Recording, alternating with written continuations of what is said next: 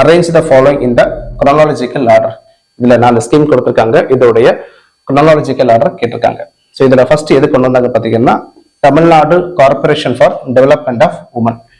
இந்த அமைப்பு வந்து 1983 கொண்டு வந்தாங்க. இந்த அமைப்புடைய பர்பஸ் என்னன்னு பார்த்தீங்கன்னா women empowerment. Second make in India scheme.